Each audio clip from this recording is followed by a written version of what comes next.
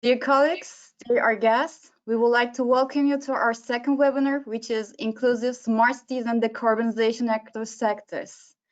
The Association of Energy Engineers is a non-profit organization of 18,000 members in 105 countries with a network of over 100 local chapters, more than 20 student chapters, and 7 CWEEL chapters.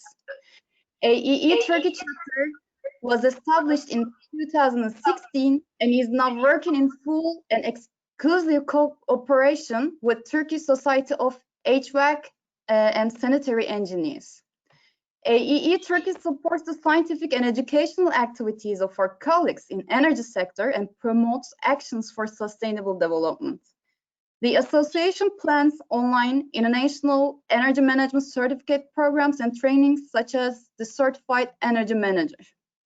For over 14 years, CWEEL has been committed to advancing gender equality and empowering the roles of women in energy and environment sector.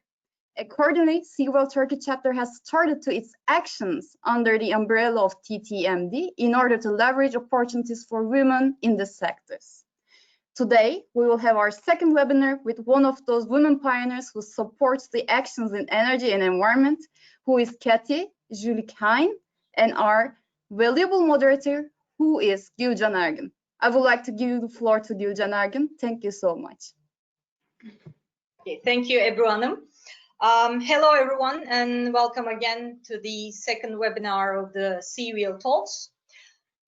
For those of you who are watching us for the first time, in the previous episode, we discussed the newly emerging necessities of health and design within the context of climate change, with a special focus on the current pandemic, of course, the indoor air quality and how it affects the pandemic.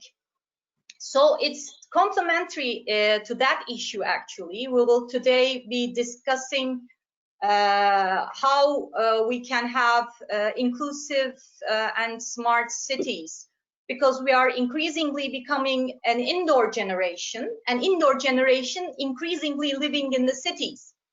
And like more than half of the population, world population, is living in a city now, and it's expected that in 30 years, the percentage will rise up to like 70%.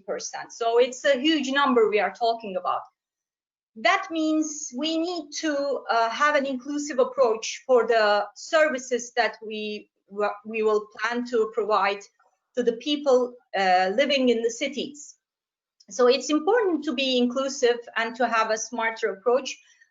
That's one point, but at the same time, each city is a huge economy in itself, and to make it more sustainable, resource efficient, we need to take into consideration how we are going to have a low carbon approach, how are we going to have a decarbonized economy across the sectors, because in the cities, a lot of different industries are involved in the services and products that people use in the city. So within these questions or challenges in mind,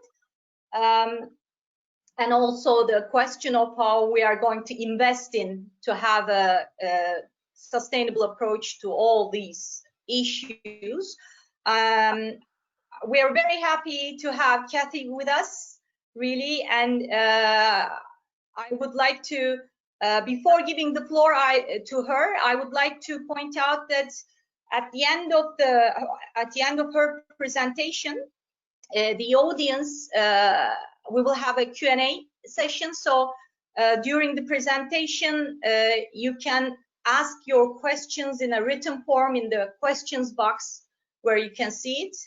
And then we will have the session where we will try to answer your questions. So, Kathy, welcome again, and I'm giving the floor to you. Thank you so much, Gülcan. It's my pleasure to be here and to speak on these really important topics. As we'll see as we dive into the content, I think that they're you know, while translating some of this good discussion into action is really what's critical at this point, it's really all hands on deck across cities and across sectors. So thank you for the opportunity to speak. So as Gulchan mentioned, my name is Kathy Julakine. I am a manager in Deloitte Consulting's US government sector practice, and I focus specifically on renewable energy and renewable energy finance. So we work with both international and domestic entities in the US, and then international governments and private sectors around the world to integrate energy reform policies, renewable energy policies, to increase and improve the volume of installed renewable energy generation. We work both in the kind of on-grid utility scale sector as well as the distributed off-grid sector. And some of my work has also included design around utility customers and particularly inclusion across gender, race, and ethnicity. So for those of you, just a kind of brief introduction to Deloitte, though, and I'll only be speaking in part today on some materials, Deloitte materials, but Deloitte is a global professional services firm delivering consulting, audit, advisory, and tax services to countries and companies rather across 150 countries. And Deloitte Consulting LLP, my employer, is specifically the US member firm, and we and the government and public services practice serves federal, state, and local entities. All right, so just a quick overview of what I'm going to touch on. So I'll do a little bit of an overview of SDG 11 and 13, the Sustainable Cities and Communities and Climate Action Sustainable Development Goals of the UN. And then I'm going to take a specific perspective and cut on each of those. So I'm going to look specifically at the inclusive nature and best practices for ensuring city development is both smart and inclusive. So looking at the inclusion lens of smart cities. And then hopefully we'll have time to also speak to climate action. I actually think that these two goals have some interesting intersections in terms of both the kind of local impact and global and collective action that's required. So I'll speak to the kind of some trends that are emerging in financing climate technology and decarbonization across sectors because of the recognition that climate change is a challenge that despite our what we would like, it has no silver bullet and really will require many efforts across sectors. So, okay, so to start with a little overview of these two sustainable development goals.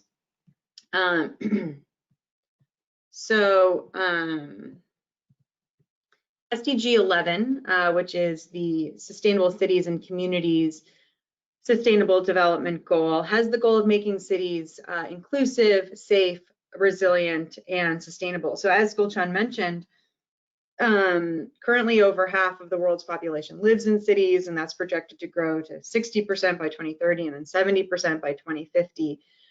And with that concentration of our lived experiences in smaller and tighter geographies, it increases the vulnerability of society to the impacts of climate change, and also demands kind of greater and more innovative solutions around economic development and social development and social welfare. So this goal specifically breaks down kind of that city challenge into the different services and elements of city life. So from housing to transport, urban and planning and migration planning, the protection of cultural and natural heritage in cities and in cities across the world. And then critically important, the resilience of cities against natural disasters. So when you have this concentration of human and economic activity, protecting that against increasing natural disasters as a result of climate change, it becomes even more critical. And then the environmental impact of cities themselves. So not only the impact that cities are feeling, but then also the impact that they're generating. And really wonderfully, the access within cities to green and public spaces. So I think that's such an important piece to when we think about you know, the changes in human life over time and how different a city life looks from, you know, from how humans have lived kind of over time, and the recognition that green and public spaces are critical to wellness and well-being. So that's a quick overview on SDG 11. Many of you may be quite familiar with these, but just to give us a little bit of foundation and backdrop. Then SDG 13 is around climate action. So across all of the 17 SDGs, you see a strong integration of considerations for the climate and climate change. This is the SDG that is specifically dedicated to taking action to combat climate change and its impacts. And that comes in the form of resilience against climate-related hazards and natural disasters, integrating climate policy and strategies across countries, and then the education and awareness associated with climate change across populations. What I kind of am going to speak to mostly and distill from this is the requirement that climate action is collective, and that is what makes it so challenging. And that's kind of the element of this goal that stands out for me, and I'll speak to a little specifically and take that financing lens around collective decarbonization.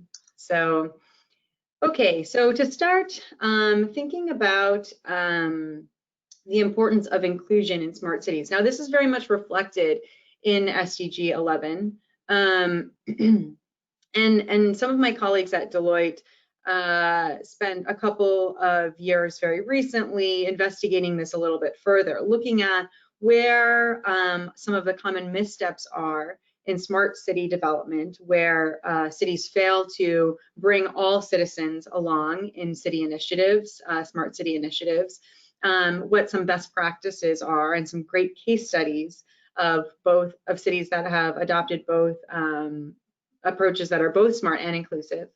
And developing a little bit of a framework around that and how cities can think about city development that drives towards outcomes of economic growth and social welfare that are both smart and inclusive. These materials are available publicly. It's a really great paper for anyone that's interested in learning more, just completely filled with fantastic case studies around cities, and mostly in the US, but there are some international examples as well. And the case for this approach to smart city development that brings along inclusion in lockstep is towards driving outcomes of both improving the trust between cities and their citizens, as well as driving economic growth. And we'll see that those two things are very, very much in lockstep with one another. So the kind of key takeaways, I guess, from this work that my colleagues distilled were exactly this, that you know, if you think about what a city is seeking to do, it's seeking to provide services to a large population and promote overall economic growth and social welfare. It's funny because I was sharing this with my family. I'm actually spending the pandemic time in a very small town of 900 people in the US, in the Midwest. And we were thinking about, you know, how city services are different in this very small city versus kind of the cities that we're talking about on this scale, and how at scale, when you have millions of citizens, within your purview, you know, there's such a responsibility of a city to ensure that services reach all of those citizens, and in doing so, and in ensuring that inclusion, a city has the ability to drive greater economic growth for all. So it's a really kind of wonderful outcome to drive towards, and one that I think very much sits at the center of city officials and city leaders when they are planning and designing city initiatives. So what the team identified and how they kind of organized the common missteps in failing to incorporate inclusion into smart city development. They organized this around 3 phases of smart city development: the design phase, the implementation phase, and then that kind of evaluation and reflection phase. So at the design phase, the team you know, identified that where an initiative is not relevant to all citizens or delivered via distribution channels that are not equally accessible, it's very common for cities to fail to kind of bring all citizens along, and where that is the case. So this is, you know, where cities are not adequately thinking about all segments of their population when designing smart city initiatives. And then in the implementation phase, you know, now, you know, perhaps the city has or has not included the perspectives of all citizens in the design. As they implement the initiative, it's critical that that the benefits and the use of this service is communicated to all community members, and that full kind of diverse set of community members. And then finally, and this is critical, you know, again, while the city may or may not have incorporated inclusion into their design and implementation, and that's very well-meaning, it's oftentimes in reflection or in evaluation that only certain populations, perhaps those who have, you know, demonstrated the strongest performance under an initiative, are recognized, as opposed to really going back to that design phase, thinking through all of the perspectives that were incorporated into the initiative, and reviewing how each has kind of responded to this new city service or initiative, and how have they benefited or not from the initiative. I think one point to note here before I get into the framework a little bit, the reason this is so critical, and hopefully I'll get to this in the financing piece as well, is that, you know, when you're looking at cities at scale, you know, very large cities, these are massive, you know, capital, massive and often capital intensive, depending on, you know, the type of initiative, but massive funding undertakings that cities take on, and those resources are limited. And so, and you know, in a lot of cases, in most cases, that funding comes directly from the citizens. So there is this critical responsibility that that where, you know, revenue is generated from city citizens, it's then returned to them equitably and across a diverse range of citizens in the implementation and use of those funds. So really critical kind of accountability and responsibility of cities themselves. Okay, so I think I talked through each of these phases, but these are some questions that city officials and managers can ask themselves at each of the phases to avoid the missteps that I just outlined. So at the design phase, have we engaged a diverse group of city residents? Have we considered whether our technology or program will miss segments of the city's population? I'll get into that a little bit in a minute. In the implementation phase, have we chosen pilot locations that enable us to test the performance of the initiative with a diverse set of residents? Have we brought city residents into the conversation about data privacy? So this is really kind of like including citizens in all elements of implementation. And then finally, in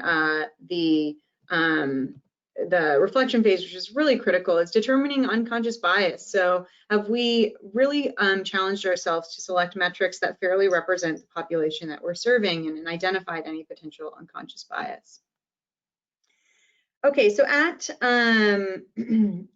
the heart of this analysis is a shift that, you know, I have this diagram here that's a little bit complex, and hopefully if you pull up the paper, you can dig into it a little bit more.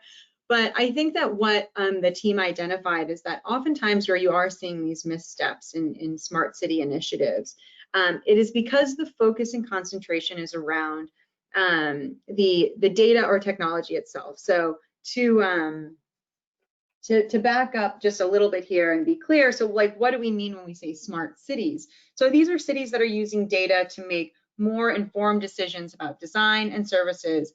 And this is an example, and this is kind of like a smart inclusive example, but in Kolkata, India, for example, a startup has provided postal addresses to more than 120,000 slum residents, and that's using geocoding technology. And this helps them to attain documentation for city services. So this is the smart element, is this use of technology or use of data to increase, improve, expand services delivered to citizens.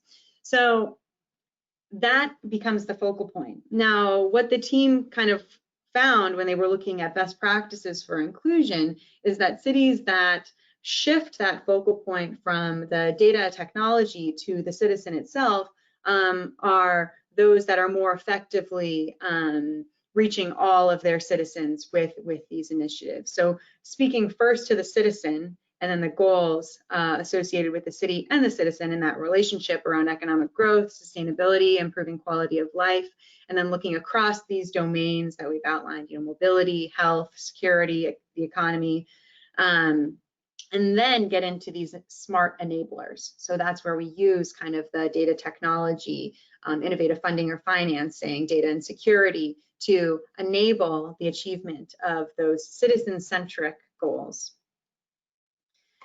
I've outlined some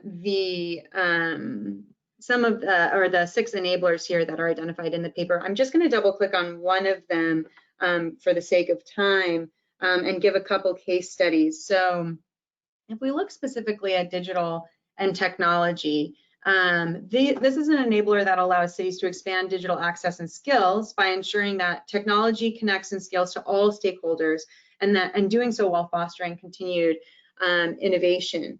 So if we look across those 3 phases, the design, implementation, and reflection,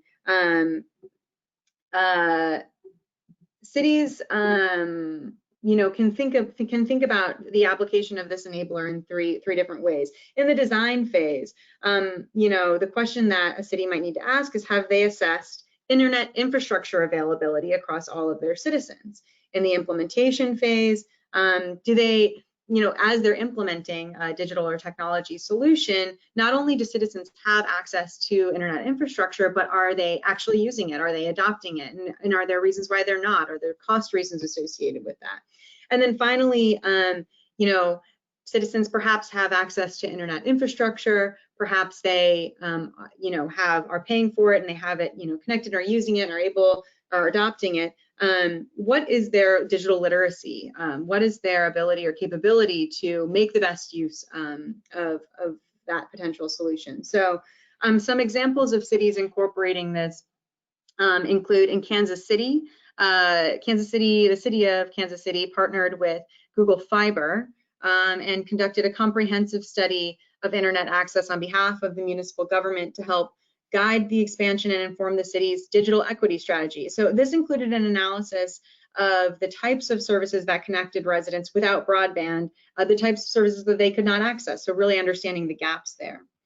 In addition, and I'll skip to the digital literacy component, so the city of Louisville actually partnered with various private partners and municipal agencies to help improve residents' digital literacy, and all of this is kind of increasing the impact and inclusion of smart city solutions. So again, for the sake of time, I do want to move on to some of the content I have here around climate finance. But I do encourage everyone to take a look at this paper, particularly diving deeper into each of those different enablers. Ultimately, you know, the kind of conclusion around this initiative is that cities that make inclusion and engagement a cornerstone of their smart city development can build long-term trust with their communities, and as a result, ultimately realize a greater potential of those initiatives and drive economic well-being and growth as a result. Okay, so I'm cognizant of the time here, but do want to speak a little bit to this different slice on the climate action Sustainable Development Goal 13, and that is around financing decarbonization. So as I mentioned, climate change is integrated across the 17 Sustainable Development Goals. And when we think about climate change, I'm going to go over some of the kind of challenge and why the challenge is, is so difficult and complex. This kind of specific point around collective action across, multitude of stakeholders and sectors is what comes out. And so I think that's critical when we think about policy, when we think about education, and when we think about action and resilience, is that we're thinking about the scale of the problem, the diversity of the problem across sectors, and the need for action at every level. So as some of this data illustrates, and this is very US focused, so I have some global figures below, taking action against climate change really requires a multi-sector approach to the problem. And as you can see here, I think what's most kind of important, this is not just about, we so often talk about decarbonization about carbon, but there's also really important conversation around other types of greenhouse gas emissions. So fluorinated gases, for example, associated with refrigerants that have these, much higher global warming potential than carbon, though smaller kind of in total volume. And then the methane and nitrous oxide emissions that result from industry activity and agriculture activity. On the right, you can see the U.S. the U.S. greenhouse gas emissions over time from 2000.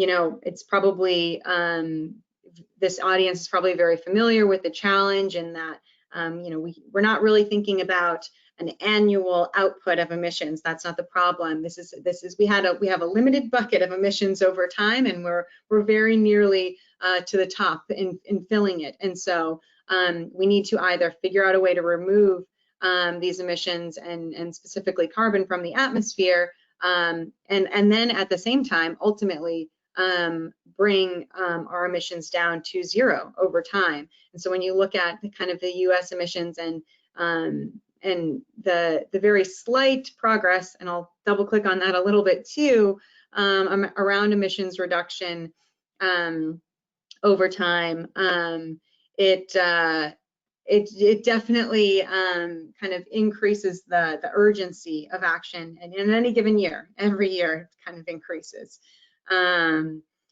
So I'm here again showing and demonstrating and again, this is US, but the distribution of greenhouse gas emissions across industries. So really, this is not going to be just a renewable energy issue. We need to look at electrifying transportation and also the very complex nature of eliminating emissions across industries, agriculture, and the kind of human behavioral changes that are required by that. Here is, I just kind of do like to point out kind of where we have seen some progress in the decrease in emissions in the US. This is from the EPA. On the left, you can see the darker bar is actually our emissions reductions related to the integration of greater amounts of natural gas in our energy mix. And the yellow bar is the emissions reductions that are attributable to increases in renewables. So this is likely to, hopefully change over time and in the future, especially as we're seeing great uptake of renewables and installation of utility scale renewables in the US. But it's just important to think about the nuances here. What's actually driving our emissions reduction? Is it because we're taking collective climate action, or is it because of cost? And in the case of natural gas and certain economic factors from 10, 15 years ago, that's kind of where we can attribute those reductions that we're seeing. Here is a global picture of greenhouse gas emissions. So you can kind of see the total figures and then the primary drivers across different countries as well. So really taking meaningful and effective climate action, it requires collective action on a global scale. It's not any one player, but it's many large players and then many others as well. Okay, so I'm going to speak briefly here about some of the hope that we're seeing around financing and financing solutions for reducing emissions and removing emissions from the atmosphere at scale. Climate tech is a term that's kind of emerged in the last several years. It's kind of like a clean tech 2.0, but it incorporates kind of the whole ecosystem of approaches to reduce carbon emissions, greenhouse gas emissions, and combat climate change. So this is kind of an area in investing that's emerged as a target solutions group for early stage investors and investors that are specifically dedicated to driving impact around climate change.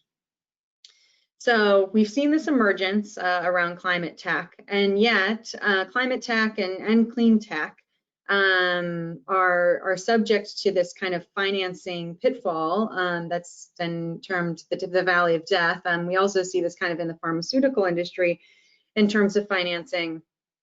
And this is driven by kind of the nature of both the problem and these solutions. So because climate solutions and clean technology solutions require long kind of research, or sometimes longer research and development timeframes, and then also often require large upfront capital costs, they don't fit quite as neatly into the kind of enterprise financing life cycle that we're used to. And I have a kind of a slide on this from angel and early stage venture capital to maybe some like corporate venture capital through to our large scale debt and equity.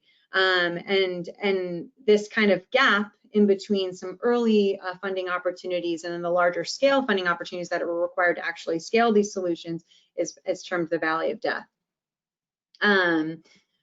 That said, I think that there is a lot of hope around both the emerging players and approaches to financing climate solutions at scale. So you see some emerging players such as Breakthrough Energy Ventures that is specifically focused on the funding needs of early stage investments, which ultimately aim to scale and cut emissions at scale. And then you're also seeing different kind of funding structures and approaches at scale. So I'll talk a little bit about like green bonds and green banks. So none of these are perfect, and as I mentioned, it takes all approaches, but it's encouraging to see kind of the emergence of this innovation in the financing space. Okay, so here's a brief illustration of that financing life cycle. So looking at how enterprises or solutions are financed from their earliest stages of private or angel venture capital all the way through debt and equity. And I don't have it here, but I think it's always valuable to look and see the volume of these financing and capital pools. So there's a lot of excitement and talk around, venture capital and early stage investing because of some of the kind of like unicorns in the technology space that have emerged over the years. But the actual volume of dollars available for funding at those early stages is so small in comparison to our global bond markets and our public markets and that capital. And getting some of these solutions to that phase, we're scaling in lockstep in terms of the impact of these solutions in reducing emissions and their reach kind of around the world and the capital required to fund that. So getting those solutions to that phase is absolutely critical for climate change. But luckily, we are kind of seeing some new approaches to the earlier stage investment. And this was a report that I was a part of at Yale around getting solutions, specifically climate solutions, to overcome this valley of death challenge. And some of the key things to consider for investors, there is this huge element of risk that's associated with the financing life cycle, and specifically new technologies. They often come with a lot of risk, and yet there is an imperative that requires de-risking those investments so that they can scale and opening them up to capital. And so some of the considerations that are, starting to emerge in conversations that are starting to have around that are related to really improving the understanding and communication between investors across different stages of technology and investment, strengthening that ecosystem of needs of these specific climate technologies and solutions with potential funders and financiers, and then trying to think about new forms of financing. I think that there's a really important role that philanthropic dollars can be playing in this space as well, and partnering with venture and other financing players to accelerate kind of these research and development early stages. Then looking on the other end of the spectrum, so if you think of the financing life cycle, if those earlier stages of investment, need to be strengthened and improved to kind of push solutions through the financing life cycle and through scale, on the other end, you have kind of the larger capital pools that also need to be able to pull those solutions through the financing life cycle as well. And so what we're seeing there is a greater emergence of green banks, and then also the emergence of green bonds. Green banks are quasi kind of public entities that use both public and private dollars to accelerate capital, and typically through either co-lending or risk mitigation, potentially project aggregation, taking on using like kind of the bank's funding to take on some of the risks that might be associated with different projects and technologies in the market. Green bonds are another kind of larger scale capital pool. These are debt instruments that are specifically tagged for use on sustainability or climate related initiatives. So there is a huge, obviously, opportunity associated with the bond market. And it can offer that kind of larger scale capital required for projects. And these can be, the bonds, can be both municipal or corporate bonds earmarked for green projects. Yeah, they can offer an opportunity for interested investors as well as entities for funding climate related projects at scale. One of the cons that I'll note associated with green bonds or common criticisms is that because there isn't a standard for what climate or sustainability use or projects or green projects might be, there's some concerns about greenwashing associated with green bonds, where you may think that you're purchasing a bond that is earmarked for sustainability, but what does that sustainability actually mean for the user of that capital? So something to keep in mind, but we are seeing a growing momentum around green and climate bonds as well, which is very exciting. Okay, I've kind of gone quite over time. I think I had the 30 minutes. So, but I'll wrap up here by bringing these two pieces together, and then perhaps we can answer a couple of questions. So, you know, I thought it was fun to kind of reflect on these two different paradigms with you know, adjacent to one another, specifically smart cities and climate action. And so in drawing some of the conclusions at the intersection of these two goals, you know, I kind of came to these three broad conclusions, and that is, you know, while on the climate action side, our action must be collective and it must be global, and that is a very difficult challenge. The impact is local, and it's increasingly local as we as citizens are concentrated in cities. And then innovation is really required across all of those levels. So the challenge of climate change and sustainability, you know, they're new in some respects, and they require new tools. You know, we have our current set of tools, and we need to innovate on those. We're also demanding new and better outcomes, you know, inclusion and smart in our cities, and low emissions and long-term sustainability in our solutions and economic development. And so each of these require innovation inwardly on our processes as well as outwardly in terms of bringing in new ideas, and then of course across sectors. And then finally, and I say this having just given a presentation where I presented approaches and best practices and frameworks, I really strongly believe that any solution in these contexts, whether they are with cities or whether they are in climate, must be both thoughtful and bespoke. There are not any silver bullets. There is no one-size-fits-all solution for these challenges. It would be really nice if there were, but unfortunately that is not the case. And cities really must develop solutions that are adapted to their specific citizen group and the diverse range of citizens within their city. And climate action as well must be catalyzed using solutions which are adapted to specific sectors and specific needs at different stages of development. So, all right, with that, I will thank you so much again for the opportunity to speak. Hopefully this was enlightening, and yeah, happy to entertain a couple of questions. Well, thanks a lot, Kathy. Really, I took some important messages from your presentation. Just to point out those, as I think that from your presentation, it is apparent that partnerships play an important role in achieving the goals, not only SDG goals, but to have an inclusive and smart approach for a sustainable future, which means that different stakeholders must be involved within all policy making, implementation processes. Sort of a governance should be realized for this challenge.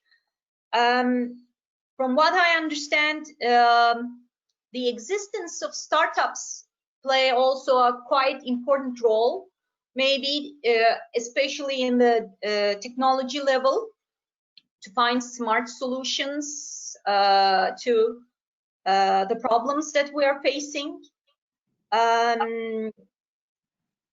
That there is no one answer, one strict formula to have a smart, inclusive, and sustainable city. We need to have, each city needs to have its own formula. It's like a tailor-made issue, because you mentioned that you are living in a city with 900 residents. If I didn't hear you, I heard you correct, right? But we're talking about, for example, my city, we have 8 million people. Right. So to scale it, to find the solutions and to how to make those solutions a reality is quite challenging, and it will differ from place to place. So I think that's also a very important point. The actions may be global, but the impact will be local in that point. So we need to have real behavioral changes, is another message that I took from your presentation. Not only behavioral changes in the sense that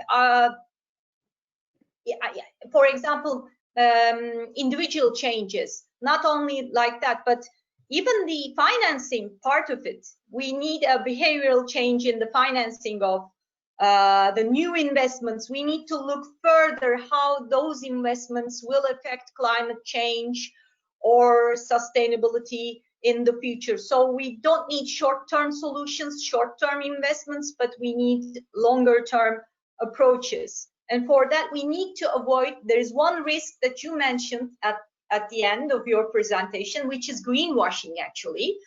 And it's a risk when greenwashing is also used in the marketing business at the moment as well. We see some products that seem to be green but are not actually. So while we are financing, we need to have specific standards. What do we mean by sustainability? What do we mean by, for example, circular economy? What do we mean by all these things, and how the candidate is approaching those issues to get the investment? So I think these points are very important that you mentioned. Thanks a lot for mentioning those. At the moment, I'm looking at the questions box, but for this moment, we don't have any questions. I think you have covered a very broad perspective on the issue. So thank you very much for attending and sharing your views with us. So Yes. hope to see you again discussing some other issues regarding sustainability. Absolutely. Gulcan, thank you so much. And please, if anyone is interested in engaging further on any of these topics, don't hesitate to reach out or find me on LinkedIn. It was a pleasure. I really appreciate it.